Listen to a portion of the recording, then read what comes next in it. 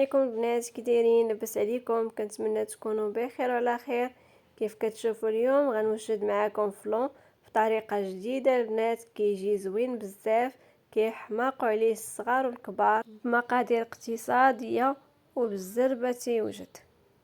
وما تنساوش البنات، مادام هو كيوجد في الدار يعني صحي، غير تجربوه ما تبقاوش تستغناو عليه، يعني غتوليو مدمنين على هاد الطريقه ديال الفلون.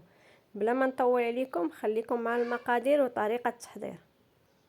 اول حاجه غنبداو بجوج معالق هنا ديال السكر، غادي نحطهم على نار تكون متوسطه حتى يبدا البنات يذوب ليا السكر. عاد نبدا نحركو، كنبقى نحركو بهاد الطريقه حتى نحصل على الكراميل. الا بغيتو تزيدوا واحد معلقه ديال الماء ماشي مشكل، زيدوها. ما بغيتوش ما تزيدوهاش البنات، كيبقى لكم الاختيار. هنا من بعد ما ولا الكراميل ديالي واجد، كنكبو في الطاوه اللي غادي ندير فيها الفلون بلا ما نحاول نقادو لا والو البنات، غير كنكبو صافي كيبس ليا ماشي مشكل، حيت انا ملي غادي نضيف الفلون غادي يذوب.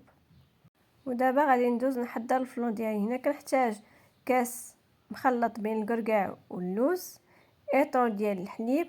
هنايا في كل نص ايطرو ديال الحليب كيمشيو لنا جوج باكيات ديال الفلون، اذا في كل نص ايطرو ديال الحليب جوج باكيات ديال الفلون. هنا غنستعمل ايطرو، غنحتاج 4.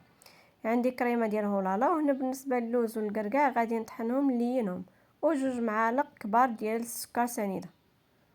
اول حاجه البنات كنبداو بالحليب، يعني كنكب ايطرو ديال الحليب وغنضيف ليه جوج معالق كبار ديال السكر.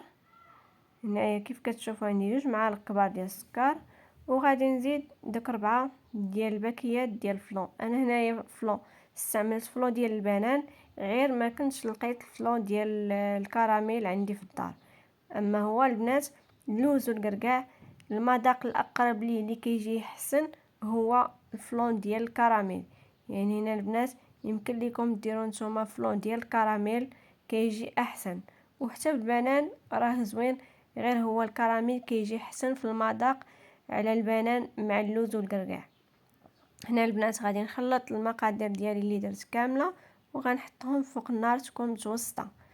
ملي كيبدا يغلي الفلون ديالي هنايا غادي نضيف ليه هذيك الكريمه ديال هولالا، غادي نضيفها كامله وغنبقى نحرك حتى يبدا يغلي ليا مزيان الفلون ديالي، يعني طلع فيه الغليه الاولى والثانيه والثالثه ان شاء الله. عاد غادي نضيف ليه داك الخليط ديال اللوز والكركاع اللي طحنتهم مزيان اللي لينتهم. صافي البنات كنستمر في التحريك بحال هكا حتى كتطلع ليا في الفلون ديك الغليات مزيان. الغليه الاولى الثانيه الثالثه كيبدا يعقد ليا شويه، صافي كنحيدهم على النار وكنجيبو هنايا كنضيفو على داك الكراميل اللي كنت صيبت في الاول. يعني هنايا كنكب الخليط كامل وكنحطوه البنات في الثلاجه لواحد ساعه ولا ساعتين بين ما شد ليا فراسو، راه بالزربه كيشد فراسو البنات. هنايا انا راه غادي نحطو دابا في الثلاجه، غادي ندوز ساعتين ديال المكانه غادي نجبدو اللي كيكون الشكل ديالو هو هذا. دابا هنا انا خرجته دابا من الثلاجه، غادي ندوز عليه البنات بالموس مع الجناب باش ما يشدش ليا. كنكون متاكده بلي الا قلبته ما غاديش يشد ليا في الطاوه. كندوز عليه مع الجناب كاملين. من وراها البنات غادي نقلبو في التبصيل اللي غادي نقدم فيه الفلو ديالي. كنتمنى البنات نكون شرحت لكم مزيان، غير تبعوا الطريقه بالضبط وغادي ينجح معكم وكيحماقوا عليه الصغار والكبار. وبالنسبه للتزيين البنات كيبقى لكم الاختيار، زينوه باش ما بغيتو. وهذا البنات هو الشكل النهائي ديال الفلو ديالنا ديال اليوم، كيجي رائع بزاف.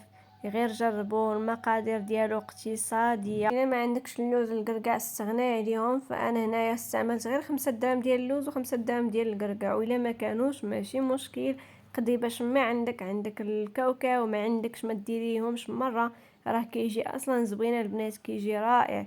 غير جربوه ما غاديش تندموا وكيجي عاقد. هانتوما البنات انا كنقطع معكم باش تشوفوا باللي راه ما درت فيه لا دقيق لا والو، كيجي شاد فراسو. شوفوا البنات كيفاش عاقد. غير جربوه بالصحه والراحه. وكيف ديما البنات ما تنساوش لايك، والناس الجداد اشتركوا معايا في القناه وفعلوا زر الجرس باش يوصلكم كل جديد.